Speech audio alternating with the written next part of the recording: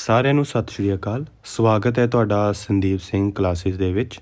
ਸੋ ਅੱਜ ਦੀ ਜਿਹੜੀ ਇਹ ਵੀਡੀਓ ਹੈ ਬਹੁਤ ਜ਼ਿਆਦਾ ਇੰਪੋਰਟੈਂਟ ਹੈ। ਇਹਦੇ ਵਿੱਚ ਆਪਾਂ ਪਿੱਛੇ 2 ਵੀਡੀਓਜ਼ ਦੇ ਵਿੱਚ ਆਪਾਂ ਪੰਜਾਬੀ ਵਿਆਕਰਣ ਦੇ ਜਿਹੜੇ ਪਾਰਟ 1 ਐਂਡ 2 ਕੀਤੇ ਨੇ ਆਪਾਂ। ਸੋ ਅੱਜ ਆਪਾਂ ਇਸ ਵੀਡੀਓ ਦੇ ਵਿੱਚ ਜਿਹੜਾ ਆਪਾਂ ਪਾਰਟ 3 ਕਰਾਂਗੇ, ਜੋ ਕਿ ਬਹੁਤ ਜ਼ਿਆਦਾ ਇੰਪੋਰਟੈਂਟ ਹੈ ਕਿਉਂਕਿ ਤੁਸੀਂ ਪਹਿਲਾਂ ਪਿਛਲੀਆਂ ਵੀਡੀਓਜ਼ ਨੂੰ ਤੁਸੀਂ ਬੜਾ ਪਿਆਰ ਦਿੱਤਾ, ਉਸ ਨੂੰ ਬੜੇ ਧਿਆਨ ਨਾਲ ਸਾਰਿਆਂ ਨੇ ਸੁਣਿਆ। ਸੋ ਮੈਂ ਉਮੀਦ ਕਰਦਾ ਕਿ ਇਹ ਵੀਡੀਓ ਨੂੰ ਵੀ ਤੁਸੀਂ ਸਾਰੇ ਬੜੇ ਧਿਆਨ ਨਾਲ ਸੁਣੋਗੇ, ਕਿਉਂਕਿ ਇਹਦੇ ਵਿੱਚੋਂ ਕਈ ਵਾਰ ਕੁਐਸਚਨਸ ਆਏ ਨੇ। ਲਾਸਟ ਈਅਰ ਤਾਂ 2 ਕੁਐਸਚਨ ਇਹਦੇ ਵਿੱਚੋਂ ਆਏ ਸੀਗੇ। ਸੋ ਤੁਸੀਂ ਇਹਦੇ ਵਿੱਚੋਂ ਹੀ 2 ਕੁਐਸਚਨ ਆਪਣੇ ਹੁਣੇ ਪੱਕੇ ਕਰ ਸਕਦੇ ਹੋ, ਪਰ ਜੇ ਤੁਸੀਂ ਧਿਆਨ ਨਾਲ ਇਸ ਵੀਡੀਓ ਨੂੰ ਦੇਖੋਗੇ, ਸੋ ਮੈਨੂੰ ਉਮੀਦ ਹੈ ਤੁਸੀਂ ਦੇਖੋਗੇ ਵੀ, ਵੀਡੀਓ ਦੇ ਅਖੀਰ ਤੱਕ ਤੁਸੀਂ ਬਣੇ ਰਹੋਗੇ। ਅਤੇ ਇਹ ਤੋਂ ਪਹਿਲਾਂ ਕਿ ਆਪਾਂ ਵੀਡੀਓ ਦੀ ਸ਼ੁਰੂਆਤ ਕਰੀਏ, ਮੈਂ ਇਹ ਵੀ ਕਹਾਂਗਾ ਕਿ ਜਿਹੜੇ ਇਹਦੇ ਵਿੱਚ ਆਪਾਂ ਪਾਰਟ ਦੇ ਵਿੱਚ ਆਪਾਂ ਗੱਲ ਕਰਾਂਗੇ ਵਿਸਮਿਕ ਦੇ ਬਾਰੇ ਗੱਲ ਕਰਾਂਗੇ, ਠੀਕ ਹੈ। ਆਪਾਂ ਗੱਲ ਕਰਾਂਗੇ ਅਰਥਬੋਧ ਬਾਰੇ, ਵਾਕਬੋਧ ਬਾਰੇ, ਠੀਕ ਹੈ। ਸੋ ਇਸ ਦੀ ਜਿਹੜੀ ਵੀ PDF ਹੈ ਉਹ ਮੈਂ ਬਿਲਕੁਲ ਫ੍ਰੀ ਆਫ ਕਾਸਟ ਜਿਹੜੀ ਹੋਵੇਗੀ ਉਹ ਮੈਂ ਡਿਸਕ੍ਰਿਪਸ਼ਨ ਦੇ ਵਿੱਚ ਮੈਂ ਅਪਲੋਡ ਕਰ ਦਾਂਗਾ। ਉੱਥੋਂ ਤੁਸੀਂ ਬੜੇ ਆਸਾਨੀ ਦੇ ਨਾਲ ਤੁਸੀਂ ਆਪਣੇ ਕੋਲ ਰੱਖ ਸਕਦੇ ਆ, ਕਿਉਂਕਿ ਇਹ ਵਿਆਕਰਣ ਹੈ ਇਹ ਸਿਰਫ PSTET ਤੱਕ ਸੀਮਿਤ ਨਹੀਂ। ਪੰਜਾਬ ਦੇ ਜਿੰਨੇ ਵੀ ਪੇਪਰ ਹੁੰਦੇ ਨੇ ਉਹ ਸਾਰਿਆਂ ਲਈ ਹੀ ਇਹ ਬਹੁਤ ਇੰਪੋਰਟੈਂਟ ਹੈ, ਠੀਕ ਹੈ। ਸੋ ਆਪਾਂ ਹੁਣ ਵੀਡੀਓ ਦੀ ਸ਼ੁਰੂਆਤ ਕਰਦੇ ਹਾਂ ਬਿਨਾਂ ਦੇਰੀ ਕੀਤੇ। ਸੋ ਜੋ ਅੱਜ ਆਪਾਂ ਪਹਿਲਾਂ ਪੜ੍ਹਨ ਜਾ ਰਹੇ ਹਾਂ ਉਹ ਹੈ ਵਿਸਮਿਕ। ਸੋ ਵਿਸਮਿਕ ਕੀ ਹੈ? ਜਿਨ੍ਹਾਂ ਸ਼ਬਦਾਂ ਦੁਆਰਾ ਖੁਸ਼ੀ, ਗਮੀ, ਹੈਰਾਨੀ, ਡਰ, ਪ੍ਰਸ਼ੰਸਾ ਆਦਿ ਦੇ ਭਾਵ ਪ੍ਰਗਟ ਹੋਣ, ਵਿਆਕਰਣ ਵਿੱਚ ਉਹਨਾਂ ਨੂੰ ਵਿਸਮਿਕ ਕਿਹਾ ਜਾਂਦਾ ਹੈ। ਜਿਵੇਂ ਹਾਏ, ਆਹਾ, ਵਾਹ, ਹੈ, ਠੀਕ ਹੈ। ਸੋ ਵਾਕ ਦੀਆਂ ਜਿਹੜੀਆਂ ਇਹ ਵਿਸਮਿਕ ਦੀਆਂ ਜਿਹੜੀਆਂ ਕਿਸਮਾਂ ਨੇ, ਸੋ ਦੇਖੋ ਮਤਲਬ ਜਦੋਂ ਵੀ ਅਸੀਂ ਖੁਸ਼ ਹੁੰਦੇ ਹਾਂ, ਅਸੀਂ ਉਦਾਸ ਹੁੰਦੇ ਹਾਂ, ਅਸੀਂ ਹੈਰਾਨ ਹੁੰਦੇ ਹਾਂ ਕਿਸੇ ਚੀਜ਼ ਨੂੰ ਦੇਖ ਕੇ, ਅਸੀਂ ਡਰ ਜਾਂਦੇ ਹਾਂ, ਸਹਿਮ ਜਾਂਦੇ ਹਾਂ, ਕਿਸੇ ਦੀ ਵਡਿਆਈ ਕਰਦੇ ਹਾਂ, ਠੀਕ ਹੈ। ਸੋ ਸਾਡੇ ਮੂੰਹੋਂ ਇੱਕ ਖਾਸ ਤਰ੍ਹਾਂ ਦੇ ਕੁਝ ਵਰਡ ਨਿਕਲਦੇ ਨੇ, ਸ਼ਬਦ ਨਿਕਲਦੇ ਨੇ, ਜੋ ਕਿ ਨੇ ਹਾਏ, ਓਹੋ, ਵਾਹ, ਅੱਛਾ। ਸੋ ਜਿਹੜੇ ਇਹ ਸਾਰੇ ਵਰਡ ਹੁੰਦੇ ਨੇ ਇਹ ਵਿਸਮਿਕ ਦੇ ਵਿੱਚ ਆਉਂਦੇ ਨੇ, ਠੀਕ ਹੈ। ਸੋ ਜਿਹੜੀਆਂ ਵਿਸਮਿਕ ਦੀਆਂ ਜਿਹੜੀਆਂ ਕਿਸਮਾਂ ਆ ਆਪਾਂ ਦੇਖਦੇ ਹਾਂ। ਸੋ ਦੇਖੋ ਇਹਦੇ ਵਿੱਚੋਂ ਕੁਐਸਚਨ ਤਾਂ ਪਹਿਲਾਂ ਇਹ ਬਣਦਾ ਹੈ ਕਿ ਵਿਸਮਿਕ ਕਿੰਨੇ ਤਰ੍ਹਾਂ ਦੇ ਹੁੰਦੇ। ਸੋ ਵਿਸਮਿਕ ਕਿੰਨੇ ਤਰ੍ਹਾਂ ਦੇ ਹੁੰਦੇ ਆ ਜੀ? 9 ਤਰ੍ਹਾਂ ਦੇ ਹੁੰਦੇ ਆ। ਕਿਹੜੇ ਜੀ? ਪ੍ਰਸ਼ੰਸਾਵਾਚਕ ਵਿਸਮਿਕ, ਸ਼ੋਕਵਾਚਕ, ਹੈਰਾਨੀ, ਸੂਚਨਾ, ਸੰਬੋਧਨੀ, ਸਤਿਕਾਰ, ਫਿਟਕਾਰ, ਅਸੀਸ ਅਤੇ ਇੱਛਾ, ਠੀਕ ਹੈ। ਸੋ ਆਪਾਂ ਵਾਰੀ ਸਿਰ ਉਹਨਾਂ ਨੂੰ ਇੱਕ ਬਾਰੇ ਗੱਲ ਕਰਾਂਗੇ। ਸੋ ਦੇਖੋ ਪਹਿਲਾ ਕੀ ਹੈ? ਪਹਿਲਾ ਹੈ ਜੀ ਪ੍ਰਸ਼ੰਸਾ ਮਤਲਬ ਅਸੀਂ ਜਦੋਂ ਕਿਸੇ ਦੀ ਪ੍ਰਸ਼ੰਸਾ ਕਰਦੇ ਹਾਂ, ਠੀਕ ਹੈ, ਕਿਸੇ ਦੀ ਵਡਿਆਈ ਕਰਦੇ ਹਾਂ, ਉਸਤਤ ਕਰਦੇ ਹਾਂ, ਠੀਕ ਹੈ। ਸੋ ਇਹਦੇ ਵਿੱਚ ਦੇਖੋ ਜਿਹੜੇ ਸ਼ਬਦਾਂ ਤੋਂ ਪ੍ਰਸ਼ੰਸਾ ਦੇ ਭਾਵ ਪ੍ਰਗਟ ਹੋਣ ਉਹਨਾਂ ਨੂੰ ਪ੍ਰਸ਼ੰਸਾਵਾਚਕ ਵਿਸਮਿਕ ਕਿਹਾ ਜਾਂਦਾ ਹੈ। ਜਿਵੇਂ ਅੱਚਕੇ, ਆਹਾ, ਸ਼ਾਬਾਸ਼, ਸ਼ਾਵਾ, ਖੂਬ, ਬੱਲੇ, ਠੀਕ ਹੈ ਨਾ। ਜਦੋਂ ਕੋਈ ਮੁੰਡਾ ਚੰਗਾ ਕੰਮ ਕਰਦਾ ਆਪਾਂ ਕਹਿੰਦੇ ਬੱਲੇ, ਸ਼ਾਬਾਸ਼, ਹੈ ਨਾ। ਆਪਾਂ ਉਹਨੂੰ ਸ਼ਾਬਾਸ਼ੀ ਦਿੰਦੇ ਹਾਂ, ਉਹਦੀ ਪ੍ਰਸ਼ੰਸਾ ਕਰਦੇ ਹਾਂ, ਹੈ ਨਾ। ਸੋ ਇਹ ਜਿਹੜੇ ਵਰਡ ਨੇ ਇਹ ਕਿਹਦੇ ਵਿੱਚ ਆਉਂਦੇ ਨੇ? ਪ੍ਰਸ਼ੰਸਾਵਾਚਕ। ਸੋ ਤੁਹਾਨੂੰ ਇਹਦੇ ਵਿੱਚ ਕੁਐਸਚਨ ਕੀ ਆਵੇਗਾ? ਜਿਵੇਂ ਕਿ ਤੁਹਾਨੂੰ ਕੋਈ ਇੱਕ ਵਾਕ ਲਿਖ ਦੇਣਗੇ ਕਿ ਸ਼ਾਬਾਸ਼, ਤੇਰੇ ਬਹੁਤ ਵਧੀਆ ਨੰਬਰ ਆਏ ਨੇ, ਸ਼ਾਬਾਸ਼ ਰਾਮ, ਤੇਰੇ ਬਹੁਤ ਵਧੀਆ ਨੰਬਰ ਆਏ ਨੇ। ਉਹ ਕਹਿਣਗੇ ਕਿ ਇਹਦੇ ਵਿੱਚੋਂ ਵਿਸਮਿਕ ਚੁਣੋ, ਕਿਹੜਾ ਆਇਆ ਵਿਸਮਿਕ। ਸੋ ਤੁਹਾਨੂੰ ਆਪਸ਼ਨ ਨੀਚੇ ਦਿੱਤੀ ਹੋਊਗੀ ਕਿ ਇਹ ਸ਼ੋਕ ਹੈ, ਹੈਰਾਨੀ ਹੈ, ਪ੍ਰਸ਼ੰਸਾ ਹੈ ਜਾਂ ਹੋਰ ਹੈ। ਸੋ ਉਹਦਾ ਆਨਸਰ ਕੀ ਹੋਊਗਾ ਕਿ ਇਹ ਪ੍ਰਸ਼ੰਸਾ ਹੈ, ਕਿ ਉਹਦੀ ਜਿਹੜੀ ਹੈ ਪ੍ਰਸ਼ੰਸਾ ਕੀਤੀ ਗਈ ਹੈ ਕਿ ਸ਼ਾਬਾਸ਼, ਹੈ ਨਾ। ਸੋ ਦੂਸਰਾ ਜਿਹੜੀ ਹੈ ਟਾਈਪ ਉਹ ਕੀ ਹੈ? ਸ਼ੋਕ, ਠੀਕ ਹੈ। ਸੋ ਸ਼ੋਕ ਜਿਹੜਾ ਹੈ ਉਹਦੇ ਵਿੱਚ ਕੀ ਹੁੰਦਾ? ਜਿਵੇਂ ਨਾਮ ਤੋਂ ਸਾਨੂੰ ਪਤਾ, ਦੇਖੋ ਸ਼ੋਕ ਮਤਲਬ ਅਸੀਂ ਕਈ ਵਾਰ ਉਦਾਸ ਹੁੰਦੇ ਹਾਂ, ਹੈ ਨਾ, ਜਾਂ ਅਤੇ ਉਦਾਸੀ ਦੇ ਵਿੱਚ ਅਸੀਂ ਕਈ ਤਰ੍ਹਾਂ ਦੇ ਵਰਡ ਯੂਜ਼ ਕਰਦੇ ਹਾਂ, ਠੀਕ ਹੈ। ਜਿਵੇਂ ਉਫ, ਸਾਡੇ ਕੋਈ ਸੱਟ ਲੱਗ ਜਾਂਦੀ ਹੈ, ਕਈ ਵਾਰ ਆਪਾਂ ਉਫ ਕਰਕੇ ਕਹਿੰਦੇ ਹਾਂ। ਹਾਏ ਵੀ ਆਪਾਂ ਯੂਜ਼ ਕਰਦੇ ਹਾਂ। ਓਹੋ, ਕਈ ਵਾਰ ਕੋਈ ਭਾਣਾ ਵਰਤ ਜਾਂਦਾ ਆਪਾਂ ਕਹਿ ਦਿੰਦੇ ਹਾਂ ਹਾਏ ਰੱਬਾ, ਹੈ ਨਾ। ਸੋ ਇਹ ਸਾਰੇ ਸ਼ੋਕ ਦੇ ਵਿੱਚ ਆਉਂਦੇ ਨੇ, ਠੀਕ ਹੈ। ਸੋ ਉਸ ਤੋਂ ਅੱਗੇ ਆ ਜਾਂਦਾ ਹੈ ਹੈਰਾਨੀਵਾਚਕ। ਨਾਮ ਤੋਂ ਹੀ ਪਤਾ ਹੈ ਕਿ ਜਦੋਂ ਅਸੀਂ ਹੈਰਾਨ ਹੁੰਦੇ ਹਾਂ, ਜਿਨ੍ਹਾਂ ਸ਼ਬਦ ਵਾਕਾਂ ਵਿੱਚ ਹੈਰਾਨੀ ਦੇ ਭਾਵ ਪ੍ਰਗਟ ਕਰਨ ਉਹਨਾਂ ਨੂੰ ਹੈਰਾਨੀਵਾਚਕ ਵਿਸਮਿਕ ਕਿਹਾ ਜਾਂਦਾ। ਜਿਵੇਂ ਉਹ, ਆਹਾ, ਹੈ, ਵਾਹ ਵਾਹ, ਠੀਕ ਹੈ ਨਾ। ਸੋ ਜਦੋਂ ਅਸੀਂ ਦੇਖੋ ਹੈਰਾਨੀ ਕਦੇ ਇੱਦਾਂ ਨਹੀਂ ਹੈ ਕਿ ਅਸੀਂ ਨੈਗੇਟਿਵ ਵੇ ਨਾਲ ਕਈ ਵਾਰ ਹੈਰਾਨ ਹੁੰਦੇ ਹਾਂ, ਠੀਕ ਹੈ। ਸੋ ਜਿਹੜੀ ਹੈਰਾਨੀ ਹੈ, ਕਈ ਵਾਰ ਅਸੀਂ ਕੋਈ ਵਧੀਆ ਚੀਜ਼ ਵੀ ਦੇਖਦੇ ਹਾਂ, ਆਪਾਂ ਉਹਨੂੰ ਵੀ ਦੇਖ ਕੇ ਹੈਰਾਨ ਹੁੰਦੇ ਹਾਂ, ਹੈ ਨਾ। ਉਦੋਂ ਆਪਾਂ ਕਈ ਵਾਰ ਵਾਹ ਵਾਹ ਵੀ ਕਹਿ ਦਿੰਦੇ ਹਾਂ, ਹੈ ਨਾ। ਕਈ ਵਾਰ ਆਪਾਂ ਜਿਹੜੀ ਕੁਦਰਤ ਦੀ ਸੁੰਦਰਤਾ ਹੈ ਅਸੀਂ ਉਸ ਨੂੰ ਦੇਖ ਕੇ ਕਈ ਵਾਰ ਬਹੁਤ ਹੈਰਾਨ ਹੁੰਦੇ ਹਾਂ ਅਤੇ ਨਾਲ ਸਾਡੇ ਮੂੰਹ ਇਹ ਨਿਕਲਦਾ ਹੈ ਕਿ ਵਾਹ, ਹੈ ਨਾ। ਸੋ ਚੌਥਾ ਕੀ ਹੈ ਜੀ? ਸੂਚਨਾਵਾਚਕ ਵਿਸਮਿਕ। ਸੂਚਨਾਵਾਚਕ ਮਤਲਬ ਨਾਮ ਤੋਂ ਹੀ ਪਤਾ ਲੱਗਦਾ ਹੈ ਕਿ ਸੂਚਨਾ ਦੇਣ ਜਾਂ ਸੁਚੇਤ ਕਰਨ ਲਈ ਵਰਤੇ ਜਾਂਦੇ ਹਨ ਉਹਨਾਂ ਨੂੰ ਸੂਚਨਾਵਾਚਕ ਵਿਸਮਿਕ ਕਿਹਾ ਜਾਂਦਾ ਹੈ। ਜਿਵੇਂ ਸੁਣੋ ਜੀ, ਹਟੋ ਜੀ, ਖਬਰਦਾਰ, ਠਹਿਰ ਜ਼ਰਾ ਆਦਿ। ਆਪਾਂ ਕਿਸੇ ਨੂੰ ਕੁਝ ਕਹਿਣਾ ਚਾਹੁੰਦੇ ਹਾਂ, ਆਪਾਂ ਉਹਨੂੰ ਇੱਕਦਮ ਬੁਲਾਉਂਦੇ ਹਾਂ ਸੁਣੋ ਜੀ। ਅਗਰ ਕਿਸੇ ਨੂੰ ਅਸੀਂ ਸਾਈਡ 'ਤੇ ਕਰਨਾ ਚਾਹੁੰਦੇ ਹਾਂ ਆਪਾਂ ਕਹਿੰਦੇ ਹਾਂ ਵੀ ਹਟੋ ਜੀ। ਕਿਸੇ ਨੂੰ ਖਬਰਦਾਰ ਕਰਨਾ ਚਾਹੁੰਦੇ ਹਾਂ ਆਪਾਂ ਕਹਿ ਦਿੰਦੇ ਹਾਂ ਜੀ ਖਬਰਦਾਰ। ਮਤਲਬ ਅਸੀਂ ਉਹਨੂੰ ਕੁਝ ਸੂਚਨਾ ਦੇਣ ਦੀ ਕੋਸ਼ਿਸ਼ ਕਰਦੇ ਹਾਂ, ਠੀਕ ਹੈ। ਸੋ ਉਹ ਕਿਹੜੇ ਵਿਸਮਿਕ ਹੁੰਦੇ ਨੇ? ਸੂਚਨਾਵਾਚਕ। ਸੋ ਅਗਲਾ ਆਉਂਦਾ ਹੈ ਜੀ ਸੰਬੋਧਨੀ। ਸੰਬੋਧਨੀ ਮਤਲਬ ਕਿਸੇ ਨੂੰ ਸੰਬੋਧਨ ਕਰਨਾ, ਕਿਸੇ ਨੂੰ ਬੁਲਾਉਣਾ। ਜਿਹੜੇ ਸ਼ਬਦ ਕਿਸੇ ਨੂੰ ਬੁਲਾਉਣ ਲਈ ਬੋਲੇ ਜਾਣ ਉਹਨਾਂ ਤੋਂ ਬਾਅਦ ਆਮ ਤੌਰ 'ਤੇ ਕਾਮਾ ਲੱਗਦਾ ਹੈ, ਠੀਕ ਹੈ। ਪਰ ਇਹਨਾਂ ਦੇ ਪ੍ਰਸੰਗ ਤੋਂ ਪਤਾ ਲੱਗੇ ਕਿ ਸੰਬੋਧਨ ਦੇ ਸ਼ਬਦ ਖੁਸ਼ੀ, ਗਮੀ, ਹੈਰਾਨੀ, ਭੈ, ਪ੍ਰਸ਼ੰਸਾ ਆਦਿ ਦੇ ਭਾਵ ਨਾਲ ਜੁੜੇ ਹਨ, ਤਦ ਵਿਸਮਕ ਚਿੰਨ੍ਹ ਦੀ ਵਰਤੋਂ ਕੀਤੀ ਜਾਂਦੀ ਹੈ, ਠੀਕ ਹੈ ਨਾ ਜੀ। ਜਦੋਂ ਤਾਂ ਆਮ ਤੌਰ 'ਤੇ ਗੱਲ ਕੀਤੀ ਜਾਵੇ ਤਾਂ ਉਦੋਂ ਕੌਮਾ ਲੱਗਦਾ ਹੈ, ਪਰ ਜਦੋਂ ਇਹਦਾ ਪ੍ਰਸੰਗ ਹੋਵੇ ਸੰਬੋਧਨ ਕਰਨਾ ਕਿਸੇ ਨੂੰ ਖੁਸ਼ੀ ਦੇ ਵਿੱਚ ਸੰਬੋਧਨ ਕਰਨਾ, ਗਮੀ ਦੇ ਵਿੱਚ, ਸੋ ਉਹ ਜਦੋਂ ਹੁੰਦਾ ਹੈ ਉਦੋਂ ਕੀ ਲੱਗਦਾ ਨਾਲ ਉਹਦਾ ਸਾਈਨ ਲੱਗਦਾ ਹੈ, ਵਿਸਮਿਕ ਦਾ ਜਿਹੜਾ ਚਿੰਨ੍ਹ ਹੈ ਉਹ ਲੱਗਦਾ ਹੈ, ਠੀਕ ਹੈ। ਜਿਵੇਂ ਨੀ ਕੁੜੀਏ, ਓਏ ਕਾਕਾ, ਉਹ ਮੁੰਡਿਓ, ਹੈ ਨਾ। ਨੀ ਕੁੜੀਓ ਹੌਲੀ ਚਲੋ, ਠੀਕ ਹੈ। ਓਏ ਕਾਕਾ ਧਿਆਨ ਨਾਲ ਖੇਡੋ। ਮਤਲਬ ਅਸੀਂ ਕਿਸੇ ਨੂੰ ਸੰਬੋਧਨ ਕਰਦੇ ਹਾਂ, ਠੀਕ ਹੈ। ਸੋ ਇਸ ਤੋਂ ਅੱਗੇ ਆਉਂਦਾ ਹੈ ਜੀ ਸਤਿਕਾਰਵਾਚਕ। ਨਾਮ ਤੋਂ ਹੀ ਪਤਾ ਹੈ ਜੀ ਸਤਿਕਾਰ। ਜਿਹੜੇ ਸ਼ਬਦ ਵਾਕਾਂ ਵਿੱਚ ਸਤਿਕਾਰ ਜਾਂ ਪਿਆਰ ਦੇ ਭਾਵ ਪ੍ਰਗਟ ਕਰਨ ਉਹਨਾਂ ਨੂੰ ਸਤਿਕਾਰਵਾਚਕ ਵਿਸਮਿਕ ਕਿਹਾ ਜਾਂਦਾ ਹੈ। ਜਿਵੇਂ ਧੰਨ ਭਾਗ, ਜੀ ਆਇਆਂ ਨੂੰ, ਆਓ ਜੀ ਆਦਿ, ਠੀਕ ਹੈ ਨਾ। ਅਸੀਂ ਕਿਸੇ ਦਾ ਸਤਿਕਾਰ ਕਰਦੇ ਹਾਂ। ਦੇਖੋ ਸਾਡੇ ਘਰ ਜਦੋਂ ਕੋਈ ਆਉਂਦਾ ਅਸੀਂ ਕੀ ਕਹਿੰਦੇ ਹਾਂ ਜੀ? ਕੀ ਕਹਿੰਦੇ ਹਾਂ ਜੀ? ਜੀ ਆਇਆਂ ਨੂੰ, ਠੀਕ ਹੈ ਜੀ। ਅਤੇ ਆਓ ਜੀ ਕਹਿੰਦੇ ਆਪਾਂ, ਧੰਨ ਭਾਗ ਤੁਸੀਂ ਸਾਡੇ ਘਰ ਆਏ, ਹੈ ਨਾ ਜੀ। ਸੋ ਉਸ ਤੋਂ ਅੱਗੇ ਆਉਂਦਾ ਜੀ ਫਿਟਕਾਰ। ਫਿਟਕਾਰ ਮਤਲਬ ਜੇ ਅਸੀਂ ਕਿਸੇ ਨੂੰ ਲਾਹਨਤ ਪਾਉਂਦੇ ਹਾਂ, ਕਿਸੇ ਨੂੰ ਫਿਟਕਾਰਦੇ ਹਾਂ। ਜਿਹੜੇ ਸ਼ਬਦਾਂ ਤੋਂ ਵਾਕਾਂ ਵਿੱਚ ਫਿਟਕਾਰ ਜਾਂ ਲਾਹਨਤ ਦੇ ਭਾਵ ਪ੍ਰਗਟ ਹੋਣ, ਜਿਵੇਂ ਲੱਖ ਲਾਹਨਤ, ਫਿੱਟੇ ਮੂੰਹ। ਕੋਈ ਗਲਤੀ ਕਰ ਦਿੰਦਾ, ਕਈ ਵਾਰ ਬੱਚਾ ਕਈ ਵਾਰ ਕੋਈ ਗਲਤ ਕੰਮ ਕਰ ਦਿੰਦਾ, ਆਪਾਂ ਉਹਨੂੰ ਕਹਿ ਦਿੰਦੇ ਕਿ ਲੱਖ ਲਾਹਨਤ, ਹੈ ਨਾ, ਫਿੱਟੇ ਮੂੰਹ।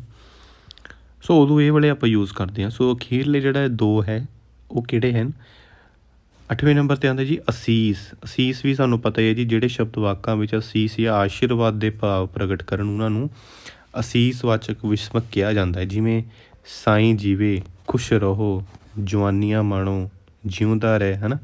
ਕਦੀ ਜਦੋਂ ਅਸੀਂ ਕਿਸੇ ਨੂੰ ਬਜ਼ੁਰਗ ਨੂੰ ਅਸੀਂ ਮੱਥਾ ਟੇਕਦੇ ਹਾਂ ਜੀ, ਹੈ ਨਾ, ਮੱਥਾ ਟੇਕਦੇ ਹਾਂ ਅਤੇ ਹਮੇਸ਼ਾ ਉਹਨਾਂ ਦੇ ਮੂੰਹੋਂ ਕਈ ਵਾਰ ਕੀ ਨਿਕਲਦਾ ਹੈ ਜੀ? ਜਿਉਂਦਾ ਰਹਿ ਵੀ ਪੁੰਡਿਆ, ਜਵਾਨੀਆਂ ਮਾਣ, ਸਾਈਂ ਜੀਵੇ, ਖੁਸ਼ ਰਹਿ, ਹਮੇਸ਼ਾ ਖੁਸ਼ ਰਹੋ, ਠੀਕ ਹੈ। ਸੋ ਉਦੋਂ ਜਦੋਂ ਅਸੀਸ ਵਾਂਗੂ ਅਸੀਸ ਦੇ ਸ਼ਬਦ ਨਿਕਲਣ, ਠੀਕ ਹੈ, ਸੋ ਉਹ ਕਿਹੜੇ ਹੁੰਦੇ ਨੇ? ਅਸੀਸ ਵਾਚਕ ਵਿਸਮਿਕ। ਸੋ ਜਿਹੜਾ ਅਖੀਰਲੀ ਟਾਈਪ ਹੈ ਜੀ ਉਹ ਹੈ ਜੀ ਇੱਛਾਵਾਚਕ ਵਿਸਮਿਕ, ਠੀਕ ਹੈ। ਇੱਛਾ ਤੋਂ ਹੁਣ ਸਾਨੂੰ ਦੇਖੋ ਕਲੀਅਰ ਹੁੰਦਾ ਹੈ ਕਿ ਜਦੋਂ ਅਸੀਂ ਸਾਡੇ ਮਨ ਦੇ ਵਿੱਚ ਕੋਈ ਇੱਛਾ ਹੋਵੇ, ਸ਼ਬਦ ਮਨ ਦੀ ਇੱਛਾ ਦੇ ਭਾਵ ਪ੍ਰਗਟ ਕਰਨ, ਜਿਹੜੇ ਸ਼ਬਦ ਮਨ ਦੀ ਇੱਛਾ ਦੇ ਭਾਵ ਪ੍ਰਗਟ ਕਰਨ ਉਹਨਾਂ ਨੂੰ ਕੀ ਕਿਹਾ ਜਾਂਦਾ ਹੈ ਜੀ? ਇੱਛਾਵਾਚਕ ਵਿਸਮਿਕ। ਜਿਵੇਂ ਹੇ ਕਰਤਾਰ, ਹੇ ਵਾਹਿਗੁਰੂ, ਜੇ ਕਦੇ। ਸੋ ਤੁਸੀਂ ਆਪਾਂ ਦੇਖੋ ਪੀਐਸ ਟੈਟ ਦੀ ਤਿਆਰੀ ਕਰ ਰਹੇ ਹਾਂ ਅਤੇ ਮੈਂ ਜ਼ਰੂਰ ਤੁਸੀਂ ਰਿਲੇਟ ਕਰੋਗੇ ਕਿ ਆਪਾਂ ਕਈ ਵਾਰ ਦੇਖੋ ਪੀਐਸ ਟੈਟ ਵੀ ਚਲੋ ਕੋਈ ਵੀ ਆਪਾਂ ਪੇਪਰ ਜਦੋਂ ਦੇ ਕੇ ਆਉਂਦੇ ਹਾਂ, ਠੀਕ ਹੈ। ਸੋ ਆਪਾਂ ਕੀ ਕਹਿੰਦੇ ਹਾਂ ਕਿ ਹੇ ਰੱਬਾ ਪੇਪਰ ਕਲੀਅਰ ਹੋ ਜਾਵੇ। ਤੁਸੀਂ ਸਾਰੇ ਰਿਲੇਟ ਕਰੋਗੇ ਨਾ। ਆਪਾਂ ਕੀ ਕਹਿੰਦੇ ਹਾਂ ਜੀ? ਆਪਾਂ ਕਹਿੰਦੇ ਹਾਂ ਜੀ ਹੇ ਰੱਬਾ ਪੇਪਰ ਮੇਰਾ, ਠੀਕ ਹੈ ਜੀ, ਕਲੀਅਰ ਹੋ ਜਾਵੇ, ਠੀਕ ਹੈ, ਆਪਾਂ ਕਹਿੰਦੇ ਹਾਂ ਨਾ। ਸੋ ਮਤਲਬ ਜਿੱਥੇ ਸਾਡੇ ਮਨ ਦੇ ਵਿੱਚ ਕੋਈ ਇੱਛਾ ਪ੍ਰਗਟ ਹੁੰਦੀ ਹੈ, ਇੱਛਾ ਪੈਦਾ ਹੁੰਦੀ ਹੈ, ਉਸ ਜਿੱਥੇ ਇੱਛਾ ਨੂੰ ਪ੍ਰਗਟਾਉਣ ਲਈ ਜਿਹੜੇ ਅਸੀਂ ਸ਼ਬਦ ਯੂਜ਼ ਕਰਦੇ ਹਾਂ ਉਹ ਕਿਹੜੇ ਹੁੰਦੇ ਨੇ ਜੀ? ਇੱਛਾਵਾਚਕ ਵਿਸਮਿਕ, ਠੀਕ ਹੈ ਜੀ। ਸੋ ਵਿਸਮਿਕ ਇੱਥੇ ਆਪਣਾ ਖਤਮ ਹੋ ਗਿਆ ਜੀ। ਉਹ ਤੋਂ ਅੱਗੇ ਜਿਹੜਾ ਜੀ ਇਹ ਹੈ ਵਿਸਮਿਕ ਦੇ ਬਾਅਦ ਜਿਹੜਾ ਆਪਾਂ ਕਰਨ ਜਾ ਰਹੇ ਹਾਂ ਇਹ ਹੈ ਜੀ ਵਾਕ ਬੋਧ, ਜੋ ਕਿ ਮੋਸਟ ਇੰਪੋਰਟੈਂਟ ਹੈ। ਤੁਸੀਂ ਨੋਟ ਕਰ ਲਓ, ਮੋਸਟ ਇੰਪੋਰਟੈਂਟ ਹੈ ਜਿਹੜਾ ਇਹ ਵਾਲਾ ਪਾਰਟ ਹੈ ਅਤੇ ਇਹ ਸਮਝਣ ਵਾਲਾ ਵੀ ਹੈ ਅਤੇ ਇਹਨੇ ਤੁਹਾਡੇ ਕੰਮ ਵੀ ਬਹੁਤ ਆਉਣਾ ਹੈ, ਠੀਕ ਹੈ ਜੀ। ਸੋ ਆਪਾਂ ਸ਼ੁਰੂਆਤ ਕਰਦੇ ਹਾਂ। ਦੇਖੋ ਵਾਕ ਬੁੱਧ ਕੀ ਹੁੰਦਾ ਹੈ ਕਿ ਵਾਕ ਬੁੱਧ ਵਿਆਕਰਣ ਦਾ ਉਹ ਭਾਗ ਹੈ, ਵਾਕ ਬੁੱਧ ਵਿਆਕਰਣ ਦਾ ਉਹ ਭਾਗ ਹੈ ਜਿਸ ਵਿੱਚ ਵਾਕ ਬਣਤਰ ਦੇ ਨਿਯਮ, ਵਾਕਾਂ ਦੀ ਵੰਨਗੀ ਆਦਿ ਬਾਰੇ ਵਿਚਾਰ ਕੀਤੀ ਜਾਂਦੀ ਹੈ, ਠੀਕ ਹੈ ਜੀ। ਦੁਬਾਰਾ ਦੇਖਦੇ ਹਾਂ ਕਿ ਵਿਆਕਰਣ ਬੋਧ, ਵਾਕ ਬੋਧ ਵਿਆਕਰਣ ਦਾ ਉਹ ਭਾਗ ਹੈ ਜਿਸ ਵਿੱਚ ਵਾਕ ਬਣਤਰ ਦੇ ਨਿਯਮ, ਦੇਖੋ ਜਦੋਂ ਵਾਕ ਅਸੀਂ ਬਣਾਉਂਦੇ ਹਾਂ ਉਹਦੀ ਕਈ ਬਣਤਰਾਂ ਹੁੰਦੀਆਂ ਨੇ, ਠੀਕ ਹੈ, ਉਹਦੇ ਨਿਯਮ ਕਿ ਕਿੱਦਾਂ ਵਾਕਾਂ ਦੀ ਜਿਹੜੀ ਬਣਤਰ ਹੈ ਉਹ ਬਣਨੀ ਹੈ, ਵਾਕਾਂ ਦੀ ਵੰਨਗੀ ਆਦਿ ਬਾਰੇ ਵਿਚਾਰ ਕੀਤੀ ਜਾਂਦੀ ਹੈ, ਠੀਕ ਹੈ। ਧੁਨੀ ਭਾਸ਼ਾ ਦੀ ਸਭ ਤੋਂ ਛੋਟੀ ਇਕਾਈ ਹੈ। ਦੇਖੋ ਜੀ ਇੱਥੋਂ ਕੁਐਸਚਨ ਇੱਕ ਬਣਦਾ ਹੈ ਜੀ ਤੁਹਾਡਾ, ਠੀਕ ਹੈ, ਇੱਕ ਕੁਐਸਚਨ ਬਣਦਾ ਹੈ ਕਿ ਧੁਨੀ ਦੀ ਸਭ ਤੋਂ, ਠੀਕ ਹੈ ਜੀ, ਸਭ ਤੋਂ ਛੋਟੀ ਇਕਾਈ ਕਿਹੜੀ ਹੈ, ਠੀਕ ਹੈ ਜੀ। ਇਹ ਕੁਐਸਚਨ ਬਹੁਤ ਜ਼ਿਆਦਾ ਇੰਪੋਰਟੈਂਟ ਹੈ, ਪੁੱਛਿਆ ਜਾਂਦਾ ਹੈ ਕਈ ਵਾਰ ਕਿ ਭਾਸ਼ਾ ਦੀ ਜਿਹੜੀ ਸਭ ਤੋਂ ਛੋਟੀ ਇਕਾਈ ਕੀ ਹੈ, ਕਿ ਉਹਦਾ ਆਨਸਰ ਕੀ ਹੈ ਜੀ, ਧੁਨੀ। ਧੁਨੀ ਸਭ ਤੋਂ ਛੋਟੀ ਇਕਾਈ ਹੈ, ਠੀਕ ਹੈ। ਧੁਨੀਆਂ ਤੋਂ ਸ਼ਬਦ ਬਣਦੇ ਹਨ, ਸ਼ਬਦਾਂ ਤੋਂ ਵਾਕ ਬਣਦੇ ਹਨ। ਦੇਖੋ ਜੀ ਇਹਨੂੰ ਜੇ ਆਪਾਂ ਇੱਦਾਂ ਥੋੜ੍ਹਾ ਜਿਹਾ ਡਾਇਗਰਾਮ ਦੇ ਨਾਲ ਸਮਝੀਏ, ਦੇਖੋ ਧੁਨੀ ਪਹਿਲਾਂ ਆਉਂਦੀ ਹੈ, ਮਤਲਬ ਆਵਾਜ਼ ਆਉਂਦੀ ਹੈ, ਕੋਈ ਵੀ ਵਰਡ ਅਸੀਂ ਸਾਡੇ ਦਿਮਾਗ 'ਚ ਆਉਂਦਾ ਹੈ, ਉਸ ਤੋਂ ਬਾਅਦ ਅਸੀਂ ਉਹਨੂੰ ਉਚਾਰਦੇ ਹਾਂ ਤਾਂ ਉਹ ਇੱਕ ਧੁਨੀ ਦੇ ਰੂਪ ਦੇ ਵਿੱਚ ਆਉਂਦਾ ਹੈ, ਠੀਕ ਹੈ। ਸੋ ਜਦੋਂ ਕੋਈ ਧੁਨੀ ਆਉਂਦੀ ਹੈ, ਧੁਨੀਆਂ ਨਾਲ ਹੀ ਧੁਨੀਆਂ ਜੁੜ ਕੇ ਕੀ ਬਣਦੇ ਨੇ, ਸ਼ਬਦ ਬਣਦੇ ਨੇ, ਠੀਕ ਹੈ। ਸ਼ਬਦ ਜੁੜ ਕੇ ਕੁਛ ਵਾਕ ਬਣਦੇ ਨੇ, ਵਾਕ ਤੋਂ ਪਹਿਲਾਂ ਆਪਾਂ ਉਪਵਾਕ ਵੀ ਕਹਿ ਦਿੰਦੇ ਕਈ ਵਾਰ ਕਿ ਉਪਵਾਕ ਬਣਦੇ ਨੇ, ਛੋਟੇ ਛੋਟੇ ਵਾਕ ਬਣਦੇ ਨੇ। ਸੋ ਉਪਵਾਕਾਂ ਤੋਂ ਬਾਅਦ ਵਾਕ ਬਣਦੇ ਨੇ, ਪ੍ਰੋਪਰ ਸੈਂਟੈਂਸ ਬਣਦੇ ਨੇ, ਠੀਕ ਹੈ। ਵਾਕ ਤੋਂ ਬਾਅਦ ਕੋਈ ਪੈਰਾ ਬਣਦਾ ਹੈ, ਠੀਕ ਹੈ, ਪੈਰਾਗ੍ਰਾਫ ਬਣਦਾ ਹੈ, ਠੀਕ ਹੈ। ਸੋ ਇੱਦਾਂ ਮਤਲਬ ਇਹ ਜਿਹੜਾ ਹੈ ਇਹ ਪ੍ਰੋਸੈਸ ਜਿਹੜਾ ਚੱਲਦਾ ਰਹਿੰਦਾ, ਠੀਕ ਹੈ। ਪਰ ਆਪਾਂ ਇੰਨਾ ਡਿਟੇਲ 'ਚ ਨਹੀਂ ਜਾਣਾ, ਆਪਾਂ ਮੇਨ ਸਾਨੂੰ ਇਹ ਪਤਾ ਹੋਣਾ ਚਾਹੀਦਾ ਹੈ ਕਿ ਭਾਸ਼ਾ ਦੀ ਜਿਹੜੀ ਸਭ ਤੋਂ ਛੋਟੀ ਇਕਾਈ ਉਹ ਧੁਨੀ ਹੈ, ਠੀਕ ਹੈ, ਤੋਂ ਵੱਡੀ ਇਕਾਈ ਕੀ ਹੈ, ਵਾਕ ਹੈ, ਠੀਕ ਹੈ। ਸੋ ਭਾਸ਼ਾ ਦੀ ਸਭ ਤੋਂ ਵੱਡੀ ਇਕਾਈ ਵਾਕ ਹੈ। ਵਾਕ ਸ਼ਬਦਾਂ ਦੇ ਉਸ ਸਮੂਹ ਨੂੰ ਆਖਦੇ ਹਨ ਜਿਸ ਤੋਂ ਗੱਲ ਪੂਰੀ ਤਰ੍ਹਾਂ ਸਮਝ ਆ ਜਾਵੇ ਅਤੇ ਉਸ 'ਚੋਂ ਕੋਈ ਭਾਵ ਨਿਕਲਦਾ ਹੋਵੇ, ਠੀਕ ਹੈ। ਦੇਖੋ ਇਹ ਵੀ ਇੱਕ ਚੀਜ਼ ਹੈ ਕਿ ਵਾਕ ਉਹੀ ਅਸਲ ਦੇ ਵਿੱਚ ਵਾਕ ਆ ਜਿਹਦੇ ਤੋਂ ਸਾਨੂੰ ਕੋਈ ਸਮਝ ਨਾ ਆ ਰਹੀ ਹੋਵੇ, ਮਤਲਬ ਜਿਸ ਦਾ ਕੋਈ ਜਿਹੜਾ ਹੈ ਮੀਨਿੰਗ ਹੋਵੇ, ਉਹੀ ਅਸਲ ਦੇ ਵਿੱਚ ਵਾਕ ਹੈ। ਐਵੇਂ ਕੁਛ ਵੀ ਅਸੀਂ ਵਾਕ ਨਹੀਂ ਕਹਿ ਸਕਦੇ, ਠੀਕ ਹੈ ਜੀ। ਸੋ ਆਪਾਂ ਅੱਗੇ ਚੱਲਦੇ ਹਾਂ ਜੀ। ਇਹਦੇ ਤੋਂ ਅੱਗੇ ਜਿਹੜਾ ਆਉਂਦਾ ਹੈ ਜੀ ਉਹ ਆਉਂਦਾ ਹੈ ਵਾਕ ਨੂੰ ਮੁੱਖ ਤੌਰ 'ਤੇ, ਵਾਕ ਨੂੰ ਮੁੱਖ ਤੌਰ 'ਤੇ ਦੋ ਭਾਗਾਂ ਵਿੱਚ ਵੰਡਿਆ ਜਾਂਦਾ ਹੈ। ਦੇਖੋ ਜੀ ਦੋ ਭਾਗਾਂ ਵਿੱਚ ਵੰਡਿਆ ਜਾਂਦਾ ਹੈ, ਉਦੇਸ਼ ਅਤੇ ਵਿਧੇਯ, ਠੀਕ ਹੈ ਜੀ। ਹੇਠਾਂ ਉਦੇਸ਼ ਅਤੇ ਵਿਧੇਯ ਦੀਆਂ ਕੁਝ ਉਦਾਹਰਨਾਂ ਦਿੱਤੀਆਂ ਹਨ। ਸੋ ਦੇਖੋ ਇਹਨੂੰ ਤੁਸੀਂ ਯਾਦ ਰੱਖਣਾ, ਠੀਕ ਹੈ। ਉਦੇਸ਼ ਅਤੇ ਵਿਧੇਯ 'ਤੇ ਆਪਾਂ ਇਹਨੂੰ ਉਦਾਹਰਨਾਂ ਦੇ ਵਿੱਚੋਂ ਸਮਝਣ ਦੀ ਕੋਸ਼ਿਸ਼ ਕਰਾਂਗੇ। ਦੇਖੋ ਕੋਈ ਵੀ ਜਿਹੜਾ ਸਾਡੇ ਕੋਲ, ਦੇਖੋ ਇਹਦੇ ਵਿੱਚ ਜਿਵੇਂ ਲਿਖਿਆ ਹੈ ਕਿ ਬੱਚਾ ਰੋ ਰਿਹਾ ਹੈ, ਠੀਕ ਹੈ ਜੀ। ਦੇਖੋ ਇਹਦੇ ਵਿੱਚ ਦੋ ਸੈਂਟੈਂਸ ਬਣ ਰਹੇ ਨੇ, ਮਤਲਬ ਇਹਨੂੰ ਜੇ ਅਸੀਂ ਤੋੜੀਏ ਤਾਂ ਇਹ ਦੋ ਹਿੱਸਿਆਂ 'ਚ ਟੁੱਟਦਾ ਹੈ। ਦੇਖੋ ਇੱਕ ਤਾਂ ਹੋ ਗਿਆ ਜੀ ਬੱਚਾ, ਠੀਕ ਹੈ ਜੀ, ਇੱਕ ਹੋ ਗਿਆ ਬੱਚਾ, ਇੱਕ ਹੋ ਗਿਆ ਰੋ ਰਿਹਾ ਹੈ। ਸੋ ਦੇਖੋ ਕੋਈ ਵੀ ਸੈਂਟੈਂਸ ਹੈ ਉਹਦੇ ਵਿੱਚ ਕੋਈ ਸਬਜੈਕਟ ਹੁੰਦਾ ਹੈ, ਠੀਕ ਹੈ, ਕੋਈ ਕਰਤਾ ਹੁੰਦਾ ਹੈ ਕਿ ਕੋਈ ਜੋ ਉਹਦੇ ਵਿੱਚ ਕੋਈ ਕਰ ਰਿਹਾ ਹੁੰਦਾ ਹੈ, ਠੀਕ ਹੈ। ਫਿਰ ਇੱਕ ਕਰਮ ਵੀ ਹੁੰਦਾ ਹੈ ਜਾਂ ਕਿਤੇ ਕਰਮ ਹੋ ਰਿਹਾ ਹੈ, ਠੀਕ ਹੈ। ਸੋ ਹੁਣ ਇਹਦੇ ਵਿੱਚ ਦੇਖੋ ਜਿਹੜਾ ਬੱਚਾ ਰੋ ਰਿਹਾ ਹੈ, ਸੋ ਇਹਦੇ ਵਿੱਚ ਜਿਹੜਾ ਬੱਚਾ ਹੈ ਇਹ ਕੀ ਹੈ ਜੀ, ਉਦੇਸ਼ ਹੈ।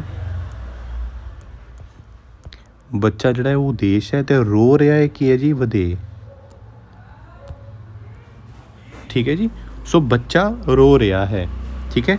ਜੇ ਬੱਚੇ ਨੂੰ ਅਸੀਂ ਹਟਾ ਦਈਏ, ਰੋ ਰਿਹਾ ਹੈ, ਕੌਣ ਰੋ ਰਿਹਾ ਹੈ ਜੀ, ਸਾਨੂੰ ਕੁਛ ਵੀ ਨਹੀਂ ਪਤਾ ਕੌਣ ਰੋ ਰਿਹਾ ਹੈ, ਠੀਕ ਹੈ। ਇੱਦਾਂ ਹੀ ਜੇ ਅਸੀਂ ਉਲਟ ਕਰੀਏ, ਅਸੀਂ ਕੀ ਕਰੀਏ, ਰੋ ਰਿਹਾ ਨੂੰ ਹਟਾ ਦਈਏ ਕਿਸੇ ਸੈਂਟੈਂਸ ਦੇ ਵਿੱਚੋਂ, ਠੀਕ ਹੈ। ਦੇਖੋ ਰੋ ਰਿਹਾ ਨੂੰ ਹਟਾ ਤਾ ਆਪਾਂ, ਬੱਚਾ, ਇਕੱਲਾ ਬੱਚਾ ਕੁਛ ਬਣ ਰਿਹਾ। ਸੋ ਇਸ ਲਈ ਹਰ ਵਾਕ ਦੇ ਵਿੱਚ ਉਦੇਸ਼ ਅਤੇ ਵਿਧੇਯ ਹੁੰਦਾ ਹੈ, ਠੀਕ ਹੈ ਜੀ। ਸੋ ਜਿਵੇਂ ਲੜਕੇ ਪੜ੍ਹ ਰਹੇ ਹਨ, ਮੀਂਹ ਪੈ ਰਿਹਾ ਹੈ, ਪੰਛੀ ਉੱਡ ਜਾਣਗੇ। ਅਸੀਂ ਇਕੱਲਾ ਲਿਖ ਦਈਏ ਜੀ ਉੱਡ ਜਾਣਗੇ, ਕੌਣ ਉੱਡ ਜਾਣਗੇ, ਕੀ ਉੱਡ ਜਾਣਗੇ, ਕੁਛ ਨਹੀਂ ਪਤਾ। ਸੋ ਜਦੋਂ ਅਸੀਂ ਲਿਖ ਦਾਂਗੇ ਕਿ ਪੰਛੀ ਉੱਡ ਜਾਣਗੇ, ਠੀਕ ਹੈ, ਉਦੋਂ ਇਹ ਅਸਲੀ ਜਿਹੜਾ ਸ਼ਬਦ ਹੈ, ਜਿਹੜੇ ਸ਼ਬਦਾਂ ਦੇ ਜੁੜ ਤੋਂ ਵਾਕ ਬਣੇਗਾ, ਠੀਕ ਹੈ ਜੀ। ਸੋ ਅੱਗੇ ਦੇਖਦੇ ਹਾਂ ਜੀ, ਉਪਰੋਕਤ ਵਾਕਾਂ ਵਿੱਚ ਜਿਵੇਂ ਉਸ ਸੇਮ ਚੀਜ਼ ਹੀ ਲਿਖੀ ਹੈ। ਆਪਾਂ ਅੱਗੇ ਚੱਲਦੇ ਹਾਂ।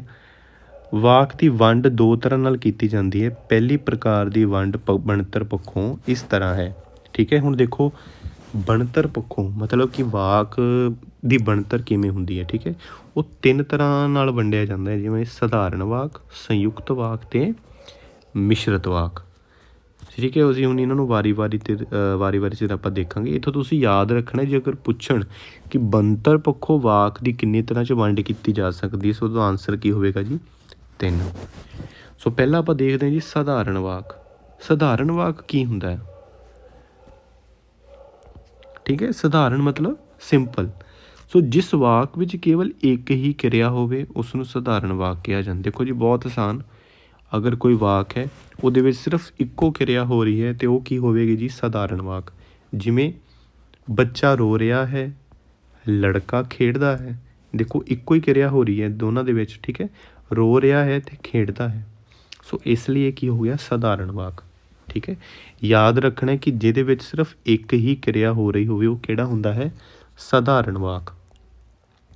ਦੇਖੋ ਸੰਯੁਕਤ ਕਿਹੜਾ ਹੁੰਦਾ ਹੈ, ਸੰਯੁਕਤ ਕਿਹੜਾ ਹੁੰਦਾ ਹੈ ਕਿ ਜਦੋਂ ਦੋ ਸਧਾਰਨ, ਹੁਣ ਦੇਖੋ ਆਪਾਂ ਉੱਪਰ ਸਧਾਰਨ ਦੀ ਗੱਲ ਕੀਤੀ, ਹੁਣ ਉਹ ਕਹਿ ਰਿਹਾ ਆ ਕਿ ਜਦੋਂ ਦੋ ਸਧਾਰਨ ਜਾਂ ਸਮਾਨ ਵਾਕਾਂ ਨੂੰ ਸਮਾਨ ਯੋਜਕਾਂ ਨਾਲ ਜੋੜ ਕੇ, ਹੁਣ ਯੋਜਕ ਵੀ ਦੇਖੋ ਆਪਾਂ ਉੱਪਰ ਪੜ੍ਹੇ ਨੇ, ਯੋਜਕਾਂ ਨਾਲ ਜੋੜ ਕੇ ਇੱਕ ਵਾਕ ਬਣਾਇਆ ਜਾਵੇ ਜਾਂ ਕੋਈ ਉਪਵਾਕ ਇੱਕ ਦੂਜੇ 'ਤੇ ਆਧਾਰਿਤ ਨਾ ਹੋਵੇ। ਦੇਖੋ ਇੱਕ ਵਾਕ ਦੂਜੇ 'ਤੇ ਆਧਾਰਿਤ ਨਾ ਹੋਵੇ, ਠੀਕ ਹੈ, ਤਾਂ ਇਸ ਨਵੇਂ ਬਣੇ ਵਾਕ ਨੂੰ ਸੰਯੁਕਤ ਵਾਕ ਕਹਿੰਦੇ ਆਪਾਂ, ਠੀਕ ਹੈ। ਮਤਲਬ ਜਿਹੜੇ ਦੋ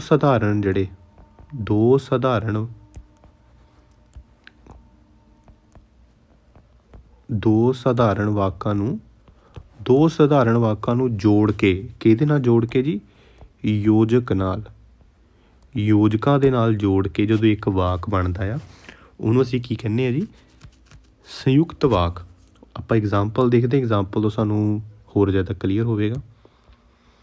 ਦੇਖੋ ਉਦਾਹਰਣ ਹੈ ਜੀ ਕਿ ਮਾਤਾ ਖਾਣਾ ਪਕਾ ਰਹੀ ਹੈ ਪਰ ਬੱਚੇ ਖੇਡ ਰਹੇ ਹਨ। ਦੇਖੋ ਹੁਣ ਇਹਦੇ ਵਿੱਚ ਜਿਹੜਾ ਪਰ ਹੈ, ਪਰ ਕੀ ਹੈ ਜੀ, ਯੋਜਕ।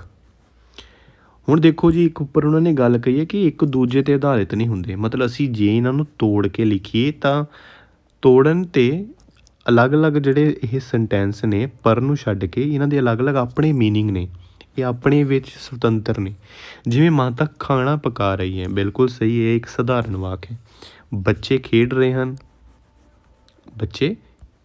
ਹਨ, ਇਹ ਇੱਕ ਸਧਾਰਨ ਵਾਕ ਹੈ। ਦੇਖੋ ਦੋਨਾਂ ਨੂੰ ਜਦੋਂ ਅਸੀਂ ਜੋੜਤਾ, ਕਿਹਦੇ ਨਾਲ ਜੋੜਤਾ, ਪਰ ਦੇ ਨਾਲ, ਅਤੇ ਸਾਡੇ ਕੋਲ ਕੀ ਬਣ ਗਿਆ ਕਿ ਮਾਤਾ ਖਾਣਾ ਪਕਾ ਰਹੀ ਹੈ ਪਰ ਬੱਚੇ ਖੇਡ ਰਹੇ ਹਨ। ਮੋਹਨ ਨੇ ਗੀਤ ਗਾਇਆ ਅਤੇ ਸੋਹਨ ਨੇ ਕਵਿਤਾ ਪੜ੍ਹੀ। ਦੇਖੋ ਆਪਣੇ ਆਪ ਦੇ ਵਿੱਚ ਇਹ ਸੁਤੰਤਰ ਨੇ, ਪਰ ਜਦੋਂ ਦੋਨਾਂ ਨੂੰ ਅਸੀਂ ਜੋੜਤਾ, ਕਿਹਦੇ ਨਾਲ ਜੋੜਤਾ, ਆਪਾਂ ਐੜੇ ਨਾਲ ਜੋੜਤਾ। ਐੜਾ ਕੀ ਹੈ ਜੀ, ਯੋਜਕ, ਅਤੇ ਕੀ ਹੈ, ਯੋਜਕ। ਸੋ ਮੋਹਨ ਨੇ ਗੀਤ ਗਾਇਆ ਅਤੇ ਸੋਹਨ ਨੇ ਕਵਿਤਾ ਪੜ੍ਹੀ, ਇਹ ਦੋਨੋਂ ਸਧਾਰਨ ਨੇ, ਠੀਕ ਹੈ। ਸੋ ਦੋਨਾਂ ਨੂੰ ਜਦੋਂ ਜੋੜਤਾ ਅਤੇ ਸਾਡੇ ਕੋਲ ਕੀ ਬਣ ਗਏ, ਇਹ ਸੰਯੁਕਤ ਵਾਕ, ਠੀਕ ਹੈ ਜੀ। ਤੁਸੀਂ ਹੁਣ ਦੇਖੋ ਆਪਾਂ ਜਦੋਂ ਮਿਸ਼ਰਤ ਪੜ੍ਹਾਂਗੇ ਨਾ ਤੁਹਾਨੂੰ ਕਲੀਅਰ ਹੋ ਜਾਣਾ, ਅਤੇ ਇਹਦੇ ਵਿੱਚ ਜ਼ਿਆਦਾ ਕਨਫਿਊਜ਼ਨ ਆਉਂਦੀ ਹੈ। ਬਸ ਤੁਸੀਂ ਇਹ ਯਾਦ ਰੱਖਣਾ ਆ ਕਿ ਜਦੋਂ ਸਿੰਪਲ ਦੋ ਸਧਾਰਨ ਜਿਹੜੇ ਵਾਕ ਆ ਉਹ ਆਪਸ ਦੇ ਵਿੱਚ ਜੁੜਨ ਯੋਜਕ ਦੇ ਨਾਲ, ਅਤੇ ਉਹ ਸੰਯੁਕਤ ਹੁੰਦਾ ਹੈ। ਹੁਣ ਦੇਖੋ ਮਿਸ਼ਰਤ ਵਾਕ ਕਿਹੜਾ ਹੁੰਦਾ ਹੈ, ਜਿਸ ਵਾਕ ਵਿੱਚ ਇੱਕ ਪ੍ਰਧਾਨ ਉਪਵਾਕ ਅਤੇ ਇੱਕ ਜਾਂ ਇੱਕ ਤੋਂ ਵੱਧ ਅਧੀਨ ਉਪਵਾਕ ਹੁੰਦੇ ਹਨ, ਉਹਨਾਂ ਨੂੰ ਮਿਸ਼ਰਤ ਵਾਕ ਕਿਹਾ ਜਾਂਦਾ ਹੈ, ਠੀਕ ਹੈ। ਹੁਣ ਦੇਖੋ ਕੋਈ ਵਾਕ ਹੈ, ਆਪਾਂ ਇਹ ਕੱਲ੍ਹ ਵੀ ਕੀਤਾ ਸੀ, ਕੋਈ ਇੱਕ ਵਾਕ ਉਹਦੇ ਵਿੱਚ ਇੱਕ ਉਪ ਪ੍ਰਧਾਨ ਵਾਕ ਹੁੰਦਾ ਜਿਹਦੇ ਤੋਂ ਬਿਨਾਂ ਉਹ ਵਾਕ ਪੂਰਾ ਨਹੀਂ ਹੋ ਸਕਦਾ, ਠੀਕ ਹੈ ਜੀ। ਜਿਵੇਂ ਇਹਦੇ ਵਿੱਚ ਅਸੀਂ ਦੇਖਦੇ ਹਾਂ, ਹੁਣ ਤੁਸੀਂ ਧਿਆਨ ਨਾਲ ਦੇਖਿਓ। ਉਦਾਹਰਣ, ਹਰਪ੍ਰੀਤ ਖੁਸ਼ ਹੈ ਕਿਉਂਕਿ ਉਹ ਜਮਾਤ ਵਿੱਚ ਪਹਿਲੇ ਨੰਬਰ 'ਤੇ ਆਈ ਹੈ, ਠੀਕ ਹੈ। ਹੁਣ ਦੇਖੋ ਇਹਦੇ ਵਿੱਚ ਇੱਕ ਪ੍ਰਧਾਨ ਉਪਵਾਕ ਆ, ਠੀਕ ਹੈ, ਅਤੇ ਇੱਕ ਜਾਂ ਇੱਕ ਤੋਂ ਵੱਧ ਅਧੀਨ ਉਪਵਾਕ ਹੁੰਦੇ ਹਨ। ਦੇਖੋ ਹੁਣ ਹਰਪ੍ਰੀਤ ਖੁਸ਼ ਹੈ, ਉਹ ਜਮਾਤ ਵਿੱਚ ਪਹਿਲੇ ਨੰਬਰ 'ਤੇ ਆਈ ਹੈ, ਠੀਕ ਹੈ। ਹੁਣ ਇਹਨਾਂ ਨੂੰ ਜੋੜ ਕੌਣ ਰਿਹਾ ਹੈ, ਦੇਖੋ ਕਿਉਂਕਿ ਦੇ ਨਾਲ ਇਹ ਦੋ ਸੈਂਟੈਂਸ ਜੁੜ ਰਹੇ ਨੇ, ਠੀਕ ਹੈ। ਹੁਣ ਜੇ ਅਸੀਂ ਇਹਨੂੰ ਧਿਆਨ ਨਾਲ ਦੇਖਿਆ ਜਾਵੇ, ਇਹਦੇ ਵਿੱਚ ਇੱਕ ਪ੍ਰਧਾਨ ਵਾਕ ਆ, ਠੀਕ ਹੈ, ਬਸ ਇਹਦੀ ਇਹੀ ਨਿਸ਼ਾਨੀ ਹੁੰਦੀ ਹੈ, ਠੀਕ ਹੈ। ਉੱਪਰ ਵਾਲੇ 'ਚ ਕੀ ਸੀਗਾ ਮਿਸ਼ਰਤ ਦੇ ਵਿੱਚ, ਕਿ ਦੋਨੋਂ ਜਿਹੜੇ ਸੈਂਟੈਂਸ ਹੁੰਦੇ ਨੇ, ਜਿਵੇਂ ਆਪਾਂ ਉੱਪਰ ਦੇਖੇ ਦੋਨੇ ਜਿਹੜੇ ਸੈਂਟੈਂਸ ਆ ਉਹ ਸਧਾਰਨ ਹੁੰਦੇ ਨੇ ਸੰਯੁਕਤ ਦੇ ਵਿੱਚ, ਠੀਕ ਹੈ। ਪਰ ਮਿਸ਼ਰਤ ਦੇ ਵਿੱਚ ਇੱਦਾਂ ਨਹੀਂ ਹੁੰਦਾ। ਆਪਾਂ ਦੂਜੀ ਐਗਜ਼ਾਮਪਲ ਦੇਖਦੇ ਹਾਂ। ਭਾਰਤ ਦੀ ਹਾਕੀ ਟੀਮ ਖੁਸ਼ ਹੈ ਕਿਉਂਕਿ ਉਹਨਾਂ ਨੇ ਮੈਚ ਜਿੱਤ ਲਿਆ ਹੈ। ਦੇਖੋ ਕਾਰਨ ਉਹਦਾ ਦੱਸ ਦਿੰਦੇ, ਅਸੀਂ ਇਕੱਲਾ ਕਹੀਏ ਭਾਰਤ ਦੀ ਹਾਕੀ ਟੀਮ ਖੁਸ਼ ਹੈ, ਦੇਖੋ ਇਹ ਸਮਾਨਤਾ ਹੈ ਪਰ ਇਹਦਾ ਕੁਛ ਮਿਸ ਲੱਗਦਾ। ਕਾਹਤੇ ਖੁਸ਼ ਹੈ ਉਹਦਾ ਦੱਸਤਾ ਉਹਨਾਂ ਨੇ, ਕਿਉਂਕਿ ਉਹਨਾਂ ਨੇ ਮੈਚ ਜਿੱਤ ਲਿਆ ਹੈ, ਠੀਕ ਹੈ। ਪ੍ਰਧਾਨ ਵਾਕ ਇਹਦੇ ਵਿੱਚ ਕੀ ਹੋ ਗਿਆ, ਕਿਉਂਕਿ ਉਹਨਾਂ ਨੇ ਮੈਚ ਜਿੱਤ ਲਿਆ ਹੈ, ਠੀਕ ਹੈ। ਭਾਰਤ ਦੀ ਹਾਕੀ ਟੀਮ ਖੁਸ਼ ਹੈ ਕਿਉਂਕਿ ਉਹਨਾਂ ਨੇ ਮੈਚ ਜਿੱਤ ਲਿਆ ਹੈ, ਠੀਕ ਹੈ। ਸੋ ਇਹ ਸਾਡਾ ਕੀ ਹੋ ਗਿਆ ਜੀ, ਮਿਸ਼ਰਤ ਵਾਕ, ਠੀਕ ਹੈ। ਸੋ ਉਮੀਦ ਹੈ ਮੈਨੂੰ ਕਿ ਤੁਹਾਨੂੰ ਮਿਸ਼ਰਤ ਅਤੇ ਸੰਯੁਕਤ ਜਿਹੜੇ ਉਹ ਕਲੀਅਰ ਹੋ ਗਏ ਹੋਣਗੇ। ਸੋ ਜਿਹੜੀ ਇਹਦੀ ਇੱਕ ਦੂਸਰੀ ਪ੍ਰਕਾਰ ਦੀ ਇੱਕ ਵਾਕ ਵੰਡ ਹੁੰਦੀ ਹੈ, ਠੀਕ ਹੈ ਜੀ। ਉਹ ਕੀ ਹੁੰਦੀ ਹੈ, ਜਿਵੇਂ ਇਹਦੇ ਵਿੱਚ ਕੁਛ ਨੇ ਕਿ ਹਾਂ ਵਾਚਕ ਵਾਕ, ਕਿ ਜਿਸ ਵਾਕ ਵਿੱਚ ਕਿਰਿਆ ਹਾਂ ਵਾਚਕ ਹੋਵੇ, ਮਤਲਬ ਮੈਂ ਸਕੂਲ ਜਾ ਰਿਹਾ ਹਾਂ, ਅਸੀਂ ਆਪਣੇ ਦੇਸ਼ ਨੂੰ ਪਿਆਰ ਕਰਦੇ ਹਾਂ, ਸਾਡਾ ਸਕੂਲ ਬਹੁਤ ਸੁੰਦਰ ਹੈ। ਨਾ ਵਿੱਚ ਹੁੰਦਾ ਹੈ ਕਿ ਕਿਰਿਆ ਨਾ ਵਾਚਕ ਹੁੰਦੀ ਆ, ਜਿਵੇਂ ਮੈਂ ਸਕੂਲ ਨਹੀਂ ਜਾਵਾਂਗਾ, ਜੇ ਮਿਹਨਤ ਨਹੀਂ ਕਰੋਗੇ ਤਾਂ ਪਾਸ ਨਹੀਂ ਹੋਵੋਗੇ, ਠੀਕ ਹੈ। ਸੋ ਈਡੀ ਪ੍ਰਸ਼ਨ ਹੁੰਦੀ ਹੈ ਜੀ। ਪ੍ਰਸ਼ਨ ਵਿੱਚ ਕੀ ਹੁੰਦਾ ਹੈ ਕਿ ਵਾਕ ਵਿੱਚ ਕੋਈ ਸਵਾਲ ਪੁੱਛਿਆ ਜਾਂਦਾ, ਜਿਵੇਂ ਸ਼੍ਰੇਣੀ ਵਿੱਚ ਕਿੰਨੇ ਵਿਦਿਆਰਥੀ ਹਨ, ਕੀ ਉਹ ਪੜ੍ਹ ਰਿਹਾ ਹੈ, ਕਿਤਾਬਾਂ ਕਿੱਥੋਂ ਮਿਲਦੀਆਂ ਹਨ, ਮਤਲਬ ਜਦੋਂ ਕੁਐਸਚਨ ਆ ਜਾਂਦਾ ਹੈ, ਠੀਕ ਹੈ।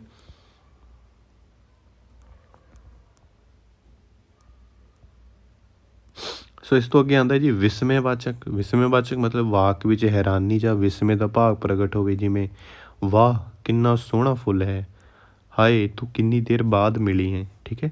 ਸੋ ਇੱਥੇ ਧਿਆਨਯੋਗ ਗੱਲ ਇਹ ਹੈ ਕਿ ਜੇਕਰ ਵਿਸਮੇ ਦਾ ਭਾਵ ਇੱਕ ਸ਼ਬਦ ਵਿੱਚ ਪ੍ਰਗਟ ਹੁੰਦਾ ਹੈ ਤਾਂ ਵਿਸਮਿਕ ਚਿੰਨ੍ਹ ਉਸ ਪਿੱਛੋਂ ਆਉਂਦਾ ਹੈ, ਪਰ ਜੇ ਭਾਵ ਸਾਰੇ ਵਾਕ ਵਿੱਚ ਪ੍ਰਗਟ ਹੁੰਦਾ ਹੈ ਤਾਂ ਵਿਸਮਿਕ ਚਿੰਨ੍ਹ ਸਾਰੇ ਵਾਕ ਪਿੱਛੋਂ ਆਉਂਦਾ ਹੈ। ਜੇ ਭਾਵ ਸਾਰੇ ਵਾਕ ਵਿੱਚ ਪ੍ਰਗਟ ਹੋਵੇ, ਠੀਕ ਹੈ, ਤਾਂ ਤਦ ਵਿਸਮਿਕ ਜਿਹੜਾ ਚਿੰਨ੍ਹ ਹੈ ਉਹ ਵਾਕ ਪਿੱਛੋਂ ਆਉਂਦਾ, ਠੀਕ ਹੈ। ਜਿਵੇਂ ਵਾਹ ਕਿੰਨਾ ਸੋਹਣਾ ਫੁੱਲ ਹੈ, ਸੋ ਇਸ ਲਈ ਇਹਦੇ ਵਿੱਚ ਜਿਹੜਾ ਵਿਸਮਿਕ ਦੇ ਪਿੱਛੇ ਨਿਸ਼ਾਨ ਹੈ, ਠੀਕ ਹੈ, ਉਹ ਲਾਸਟ ਦੇ ਵਿੱਚ ਆਇਆ ਹੈ, ਠੀਕ ਹੈ। ਮਤਲਬ ਪੂਰੇ ਸੈਂਟੈਂਸ ਦੇ ਵਿੱਚ ਇਹ ਭਾਵ ਉਹਦਾ ਪ੍ਰਗਟ ਹੋ ਰਿਹਾ ਆ, ਠੀਕ ਹੈ।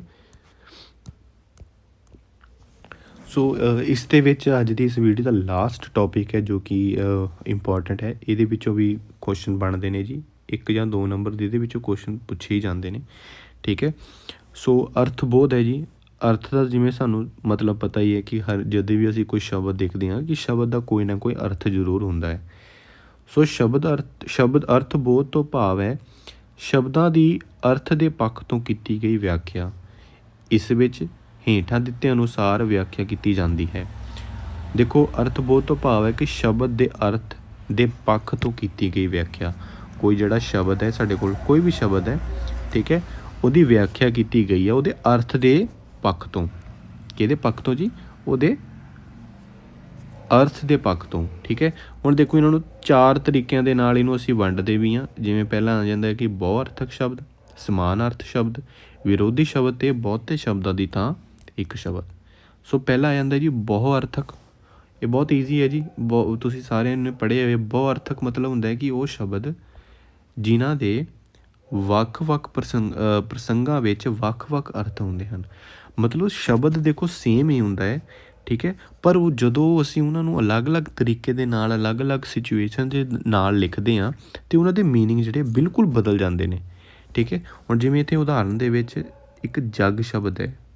ਜੱਗ ਸਾਨੂੰ ਸਾਰਿਆਂ ਨੂੰ ਪਤਾ ਹੈ, ਠੀਕ ਹੈ, ਪਰ ਤੁਸੀਂ ਦੇਖਣਾ ਕਿ ਇਸ ਜੱਗ ਨੂੰ ਅਸੀਂ ਕਿਵੇਂ ਤਰੀਕੇ ਨਾਲ ਵਰਤਾਂਗੇ ਅਤੇ ਇਹਦਾ ਅਰਥ ਬਿਲਕੁਲ ਬਦਲ ਜਾਂਦਾ ਹੈ, ਠੀਕ ਹੈ। ਦੇਖੋ ਪਹਿਲਾ ਹੈ ਕਿ ਉਸਨੂੰ ਇੰਨੀ ਪਿਆਸ ਲੱਗੀ ਸੀ ਕਿ ਉਹ ਪਾਣੀ ਦਾ ਪੂਰਾ ਜੱਗ ਪੀ ਗਿਆ, ਠੀਕ ਹੈ ਜੀ। ਹੁਣ ਇੱਥੇ ਜੱਗ ਇੱਕ ਭਾਂਡਾ ਆ ਗਿਆ ਹੈ ਸਾਡੇ ਕੋਲ, ਠੀਕ ਹੈ, ਜਿਹਦੇ ਵਿੱਚ ਪਾਣੀ ਹੁੰਦਾ, ਅਸੀਂ ਪਾਣੀ ਪੀਂਦੇ ਹਾਂ, ਠੀਕ ਹੈ ਜੀ। ਇੱਕ ਮੀਨਿੰਗ ਹੋ ਗਿਆ। ਅਗਲੇ ਜੀ ਦੇਖਦੇ ਜੀ, ਪਿੰਡ ਵਿੱਚ ਜੱਗ ਹੋਇਆ ਤਾਂ ਸਭ ਨੇ ਰੱਜ ਕੇ ਖਾਧਾ। ਦੇਖੋ ਜੀ ਮੀਨਿੰਗ ਬਦਲ ਗਿਆ ਜੱਗ ਦਾ। ਈਡੀ ਦੇ ਵਿੱਚ ਦੇਖਦੇ ਹਾਂ ਜੀ, ਸਿਆਣੇ ਕਹਿੰਦੇ ਹਨ ਕਿ ਇਹ ਜੱਗ ਮਿੱਠਾ ਅਗਲਾ ਕਿਨ ਡਿੱਠਾ। ਦੇਖੋ ਇਹ ਇੱਕ ਸਿਆਣਿਆਂ ਦੀ ਕਈ ਕਹਾਵਤ ਬਣ ਗਈ ਹੈ, ਠੀਕ ਹੈ ਜੀ।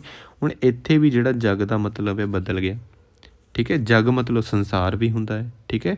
ਇਹ ਗੁਰਬਾਣੀ ਵਿੱਚ ਵੀ ਆਉਂਦਾ ਹੈ, ਇਹ ਜੱਗ ਸੱਚੇ ਕੀ ਹੈ ਕੋਠੜੀ, ਸੱਚੇ ਕਾ ਵਿੱਚ ਵਾਸ। ਠੀਕ ਹੈ ਜੀ।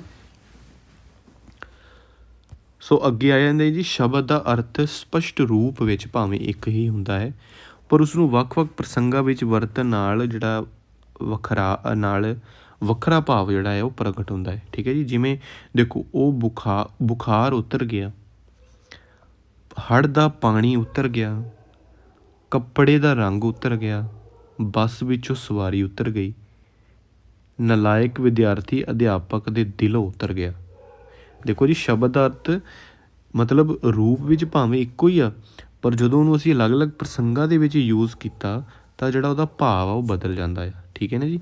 ਜਿਵੇਂ ਹੁਣ ਅਸੀਂ ਇੱਕ ਇੱਥੇ ਉਦਾਹਰਨ ਹੋਰ ਆਪਾਂ ਆਪਣੇ ਵੱਲੋਂ ਦੇਖ ਸਕਦੇ ਹਾਂ, ਜਿਵੇਂ ਵੱਟ ਇੱਕ ਉਦਾਹਰਨ ਆ। ਠੀਕ ਹੈ। ਵੱਟ ਇੱਕ ਸ਼ਬਦ ਆ। ਦੇਖੋ, ਵੱਟ ਦੇ ਕਿੰਨੇ ਮਤਲਬ ਨਿਕਲਦੇ ਨੇ। ਵੱਟ ਇੱਕ ਦੇਖੋ ਖੇਤਾਂ ਵਿੱਚ ਵੀ ਹੁੰਦੀ ਹੈ ਵੱਟ। ਠੀਕ ਹੈ ਜੀ, ਖੇਤਾਂ ਵਿੱਚ ਹੁੰਦੀ ਹੈ ਨਾ ਜੀ ਵੱਟ। ਠੀਕ ਹੈ, ਦੇਖੋ ਇੱਕ ਮੀਨਿੰਗ ਹੋ ਗਿਆ ਖੇਤਾਂ ਦੇ ਵਿੱਚ। ਦੂਸਰੀ ਹੈ ਜੀ ਵੱਟ ਕਿਹੜੀ ਹੁੰਦੀ ਹੈ। ਵੱਟ ਆਪਾਂ ਕਈ ਵਾਰ ਕਹਿ ਦਿੰਦੇ ਹਾਂ ਜੀ ਮੱਥੇ 'ਤੇ ਵੱਟ, ਕਹਿ ਦਿੰਦੇ ਹਾਂ ਜੀ ਮੱਥੇ 'ਤੇ ਵੱਟ ਪਾਏ ਆ ਉਹਨੇ।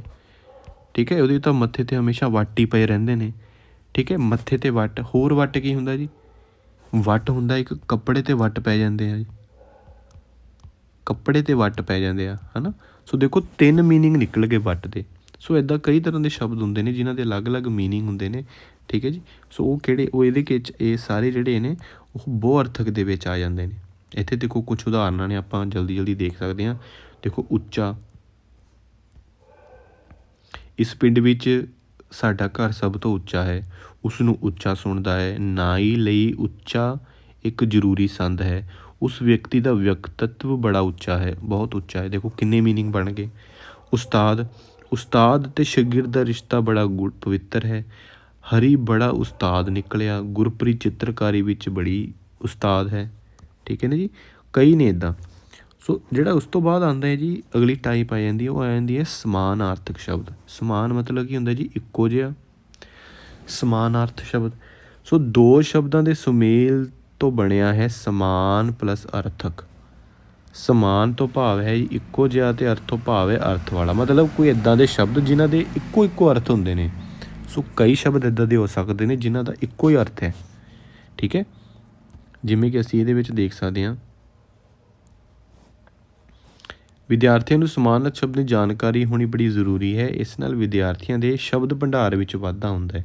ਠੀਕ ਹੈ, ਜਿਵੇਂ ਦੇਖੋ ਉਸਤਤ ਦੇ ਕਿੰਨੇ ਵਰਡ ਨੇ ਜਿਨ੍ਹਾਂ ਦੇ ਸੇਮ ਮੀਨਿੰਗ ਨੇ। ਉਸਤਤ ਦਾ ਮਤਲਬ ਕੀ ਹੁੰਦਾ ਹੈ ਕਿ ਕਿਸੇ ਦੀ ਵਡਿਆਈ ਕਰਨੀ। ਠੀਕ ਹੈ, ਦੇਖੋ ਸ਼ਲਾਘਾ ਮਤਲਬ ਵੀ ਕੀ ਹੁੰਦਾ ਹੈ, ਕਿਸੇ ਦੀ ਵਡਿਆਈ ਕਰਨੀ। ਉਪਮਾ ਦਾ ਮਤਲਬ ਵੀ ਕਿਸੇ ਦੀ ਵਡਿਆਈ ਕਰਨਾ, ਪ੍ਰਸ਼ੰਸਾ ਕਰਨਾ, ਵਡਿਆਈ। ਠੀਕ ਹੈ, ਹੁਣ ਮੈਂ ਕਹਾਂ ਜੀ ਮੈਂ ਰਾਮ ਦੀ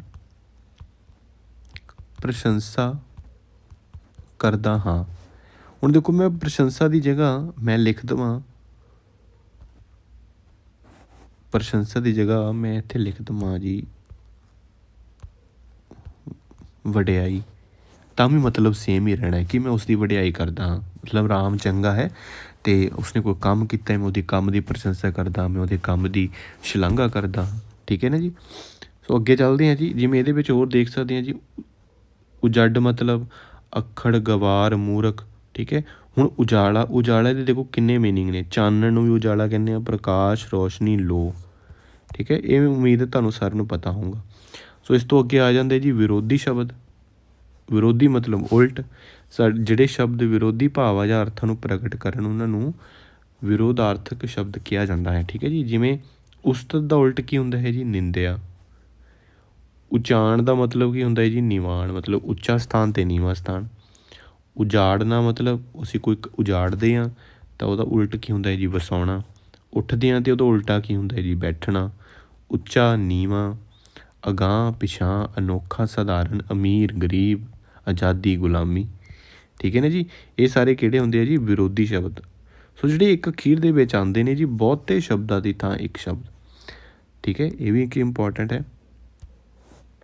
ਉਹ ਸ਼ਬਦ ਹੁੰਦਾ ਹੈ ਜਿਸ ਦਾ ਅਰਥ ਇੱਕ ਤੋਂ ਵਧੇਰੇ ਸ਼ਬਦਾਂ ਵਿੱਚ ਜਾਂ ਪੂਰੇ ਵਾਕ ਵਿੱਚ ਸਪਸ਼ਟ ਹੁੰਦਾ ਹੈ। ਹਰ ਮਨੁੱਖ ਦੀ ਇਹ ਕੋਸ਼ਿਸ਼ ਹੁੰਦੀ ਹੈ ਕਿ ਉਹ ਆਪਣੀ ਗੱਲ ਨੂੰ ਘੱਟ ਤੋਂ ਘੱਟ ਸ਼ਬਦਾਂ ਵਿੱਚ ਕਹਿ ਸਕੇ। ਇਸ ਤਰ੍ਹਾਂ ਦੇ ਸ਼ਬਦਾਂ ਦੀ ਵਰਤੋਂ ਨਾਲ ਸੰਖੇਪਤਾ ਵੀ ਆਉਂਦੀ ਹੈ ਅਤੇ ਗੱਲ ਦਾ ਪ੍ਰਭਾਵ ਵੀ ਵੱਧਦਾ ਹੈ। ਉਦਾਹਰਣ ਵਜੋਂ ਜੇ ਕਿਸੇ ਬਾਰੇ ਇਹ ਗੱਲ ਕਹਿਣਾ ਹੋਵੇ ਕਿ ਉਹ ਅਕਸਰ ਗੱਲ ਨੂੰ ਭੁੱਲ ਜਾਂਦਾ ਹੈ ਜਾਂ ਉਹ ਕੋਈ ਗੱਲ ਯਾਦ ਨਹੀਂ ਰੱਖ ਸਕਦਾ, ਤਦ ਇਸ ਦੀ ਥਾਂ ਭੁਲੱਕੜ ਸ਼ਬਦ ਵਰਤ ਲਿਆ ਜਾਂਦਾ ਹੈ। ਹੁਣ ਕੋਈ ਆਦਮੀ ਹੈ, ਉਹਨੂੰ ਜੀ ਗੱਲਾਂ ਭੁੱਲ ਜਾਂਦੀਆਂ ਆ, ਠੀਕ ਹੈ, ਸਾਨੂੰ ਵੀ ਕਈ ਵਾਰ ਗੱਲਾਂ ਭੁੱਲ ਜਾਂਦੀਆਂ ਆ, ਠੀਕ ਹੈ, ਅਤੇ ਅਸੀਂ ਕਈ ਵਾਰ ਉਹਨੂੰ ਲੰਬਾ ਨਹੀਂ ਖਿੱਚਦੇ ਹੈਗੇ, ਉਹਨੂੰ ਪੂਰਾ ਐਕਸਪਲੇਨ ਨਹੀਂ ਕਰਦੇ, ਆਪਾਂ ਕਹਿ ਦਿੰਦੇ ਯਾਰ ਉਹ ਭੁਲੱਕੜੀ ਆ, ਹੈ ਨਾ, ਆਪ ਹੀ ਪਤਾ ਲੱਗ ਜਾਂਦੇ ਵੀ ਉਹਨੂੰ ਕੋਈ ਗੱਲ ਯਾਦ ਨਹੀਂ ਰਹਿੰਦੀ, ਉਹ ਭੁੱਲ ਜਾਂਦਾ ਆ, ਠੀਕ ਹੈ ਨਾ ਜੀ। ਸੋ ਦੇਖੋ ਇਹਦੀ ਉਦਾਹਰਨਾਂ ਨੇ ਕੁਛ ਆਪਾਂ ਦੇਖ ਸਕਦੇ ਹਾਂ, ਜਿਵੇਂ ਉਹ ਪਾਠ ਜੋ ਸ਼ੁਰੂ ਤੋਂ ਲੈ ਕੇ ਅੰਤ ਤੱਕ ਅਰੁੱਖ ਕੀਤਾ ਜਾਵੇ, ਠੀਕ ਹੈ, ਉਹ ਪਾਠ ਜੋ ਸ਼ੁਰੂ ਤੋਂ ਲੈ ਕੇ ਅੰਤ ਤੱਕ ਅਰੁੱਖ ਮਤਲਬ ਬਿਨਾਂ ਰੁਕੇ ਕੀਤਾ ਜਾਵੇ। ਉਹ ਕੀ ਹੁੰਦਾ ਜੀ? ਅਖੰਡ ਪਾਠ। ਆਪਾਂ ਦੇਖਦੇ ਜੀ ਗੁਰਦੁਆਰੇ ਵਿੱਚ ਅਖੰਡ ਪਾਠ ਦਾ ਜਦੋਂ ਪਾਠ ਹੁੰਦਾ ਹੈ ਤਾਂ ਉਹ ਬਿਨਾਂ ਰੁਕੇ ਹੁੰਦਾ ਹੈ, 3 ਦਿਨ ਲਗਾਤਾਰ ਚੱਲਦਾ ਹੈ, ਠੀਕ ਹੈ ਨਾ ਜੀ। ਉਹ ਥਾਂ ਜਿੱਥੇ ਪਹਿਲਵਾਨ ਘੋਲ ਕਰਦੇ ਹਨ, ਅਖਾੜਾ। ਹੁਣ ਦੇਖੋ ਕੋਈ ਮੁੰਡਾ ਹੈ ਜੀ, ਉਹ ਭਲਵਾਨੀ ਕਰ ਰਿਹਾ ਹੈ ਅਤੇ ਉਹ ਗਿਆ ਹੋਇਆ ਹੈ ਕਿਤੇ ਕਰਨ, ਆਪਾਂ ਕਿਸੇ ਨੂੰ ਐਕਸਪਲੇਨ ਕਰਨੇ, ਆਪਾਂ ਕੀ ਕਹਾਂਗੇ ਜੀ, ਉਹ ਥਾਂ ਜਿੱਥੇ ਪਹਿਲਵਾਨ ਘੋਲ ਕਰਦੇ ਹਨ ਉਹ ਉੱਥੇ ਗਿਆ ਹੈ। ਆਪਾਂ ਇੰਨਾ ਲੰਬਾ ਕਿਉਂ ਖਿੱਚਣਾ ਹੈ? ਆਪਾਂ ਸਿੰਪਲ ਕਹਾਂਗੇ ਜੀ ਉਹ ਅਖਾੜੇ ਗਿਆ ਹੈ। ਅਖਾੜੇ 'ਤੇ ਸਾਨੂੰ ਪਤਾ ਲੱਗ ਜਾਣਾ ਕਿ ਉਹ ਥਾਂ ਜਿੱਥੇ ਜਿਹੜੇ ਵਿਦਿਆਰਥੀ ਹੈ ਜਿਹੜੇ ਉਹ ਕੀ ਕਰਦੇ ਆ, ਘੋਲ ਕਰਦੇ ਆ, ਠੀਕ ਹੈ। ਉਹ ਥਾਂ ਜੋ ਸਭ ਦੀ ਸਾਂਝੀ ਹੋਵੇ, ਸ਼ਾਮਲਾਟ। ਉਹ ਪੁਸਤਕ ਜਿਸ ਵਿੱਚ ਲਿਖਾਰੀ ਵੱਲੋਂ ਆਪਣੀ ਜੀਵਨੀ ਲਿਖੀ ਹੋਵੇ, ਉਹ ਕਿਹੜੀ ਹੁੰਦੀ ਹੈ ਜੀ? ਸਵੈ ਜੀਵਨੀ, ਠੀਕ ਹੈ। ਸੋ ਉਹ ਅਖਬਾਰ ਜੋ ਹਫ਼ਤੇ ਬਾਅਦ ਨਿਕਲੇ ਉਹਨੂੰ ਕੀ ਕਹਿੰਦੇ ਆਪਾਂ? ਸਪਤਾਹਿਕ, ਠੀਕ ਹੈ ਜੀ। ਸੋ ਆਪਾਂ ਇੱਥੇ ਅੱਜ ਦੀ ਇਹ ਵੀਡੀਓ ਜਿਹੜੀ ਹੈ ਉਹ ਜੀ ਖ਼ਤਮ ਹੁੰਦੀ ਹੈ। ਸੋ ਮੈਨੂੰ ਉਮੀਦ ਹੈ ਕਿ ਤੁਸੀਂ ਸਾਰੇ ਵੀਡੀਓ ਦੇ ਅਖੀਰ ਤੱਕ ਬਣੇ ਰਹੇ ਹੋਵੋਗੇ ਅਤੇ ਤੁਸੀਂ ਇਹ ਸਾਰੇ ਜਿਹੜੀਆਂ ਆਪਾਂ ਜੀ ਚੀਜ਼ਾਂ ਕੀਤੀਆਂ ਨੇ ਉਹਨੂੰ ਤੁਸੀਂ ਧਿਆਨਪੂਰਵਕ ਸੁਣਿਆ ਹੋਵੇਗਾ। ਸੋ ਜਿਹੜੀ ਅੱਜ ਦੀ ਵੀਡੀਓ ਬਹੁਤ ਹੀ ਇੰਪੋਰਟੈਂਟ ਸੀ, ਮੈਂ ਜਿਵੇਂ ਕਿ ਮੈਂ ਸ਼ੁਰੂ 'ਚ ਵੀ ਕਿਹਾ ਹੈ, ਇਹਦੇ ਵਿੱਚੋਂ ਕੁਐਸਚਨ ਪੁੱਛਣਾ ਹੀ ਪੁੱਛਣਾ ਉਹਨਾਂ ਨੇ। ਲਾਸਟ ਈਅਰ ਵੀ ਸੰਯੁਕਤ ਵਾਕ ਦੇ ਵਿੱਚੋਂ ਕੁਐਸਚਨ ਆਇਆ ਸੀ। ਸੋ ਤੁਸੀਂ ਇਸ ਨੂੰ ਦੁਬਾਰਾ ਵੀ ਇੱਕ ਵਾਰ ਜ਼ਰੂਰ ਵੀਡੀਓ ਨੂੰ ਦੇਖਿਓ। ਇੱਕ ਵਾਰ ਦੇਖ ਕੇ ਭਾਵੇਂ ਤੁਸੀਂ, ਜੇ ਤੁਹਾਨੂੰ ਲੱਗਦਾ ਕਈ ਵਾਰ ਵੀਡੀਓ ਲੰਬੀ ਹੋ ਜਾਂਦੀ, ਆਪਣੇ ਵੱਲੋਂ ਮੈਂ ਕੋਸ਼ਿਸ਼ ਕਰਦਾ ਕਿ ਘੱਟ ਟਾਈਮ ਦੀ ਬਣੇ, ਪਰ ਦੇਖੋ ਜਦੋਂ ਅਸੀਂ ਕੋਈ ਚੀਜ਼ ਵਧੀਆ ਢੰਗ ਨਾਲ ਸਮਝਾਉਣੀ ਹੋਵੇ ਫਿਰ ਉੱਥੇ ਜਿਹੜਾ ਵਕਤ ਆ ਉਹਨੂੰ ਨਹੀਂ ਦੇਖਿਆ ਜਾਂਦਾ, ਠੀਕ ਹੈ ਜੀ। ਇੱਕ ਵਾਰ ਚੀਜ਼ ਦੇਖਣੀ ਹੁੰਦੀ ਹੈ ਆਪਾਂ। ਸੋ ਸਾਨੂੰ ਅਸੀਂ ਵੀ ਜਦੋਂ ਤੁਸੀਂ ਐਜ਼ ਅ ਵਿਊਅਰ ਤੁਸੀਂ ਦੇਖਦੇ ਹਾਂ ਅਤੇ ਤੁਹਾਡੇ ਮਨ 'ਚ ਵੀ ਇਹ ਹੁੰਦਾ ਕਿ ਬਸ ਇੱਕ ਵਾਰ ਦੇਖੀਏ ਅਤੇ ਸਾਡਾ ਜਿਹੜਾ ਕੰਸੈਪਟ ਕਲੀਅਰ ਹੋ ਜਾਵੇ। ਸੋ ਜਦੋਂ ਅਸੀਂ ਚੰਗਾ ਜਿਹੜਾ ਕੰਟੈਂਟ ਉਹ ਆਪਾਂ ਪ੍ਰੋਵਾਈਡ ਕਰਨਾ ਹੈ, ਸਮਝਾਉਣਾ ਹੈ, ਤਾਂ ਉਦੋਂ ਜਿਹੜਾ ਵਕਤ ਹੈ ਉਹਨੂੰ ਕਈ ਵਾਰ ਥੋੜ੍ਹਾ ਜਿਹਾ ਛੱਡਣਾ ਪੈਂਦਾ ਹੈ ਪਿੱਛੇ, ਠੀਕ ਹੈ ਨਾ ਜੀ। ਸੋ ਤੁਸੀਂ ਵੀਡੀਓ ਦੇ ਅਖੀਰ ਤੱਕ ਬਣੇ ਰਹੇ, ਤੁਹਾਡਾ ਧੰਨਵਾਦ। ਸੋ ਇਹਦੀ ਜਿਹੜੀ ਪੂਰੀ PDF ਹੈ ਉਹ ਵੀ ਮੈਂ ਨੀਚੇ ਡਿਸਕ੍ਰਿਪਸ਼ਨ ਦੇ ਵਿੱਚ ਮੈਂ ਪਾ ਦਾਂਗਾ, ਤੁਸੀਂ ਉਹ ਤੋਂ ਫ੍ਰੀ ਆਫ ਕੋਸਟ ਦੇਖ ਸਕਦੇ ਹਾਂ, ਠੀਕ ਹੈ। ਸੋ ਸਾਰਿਆਂ ਨੂੰ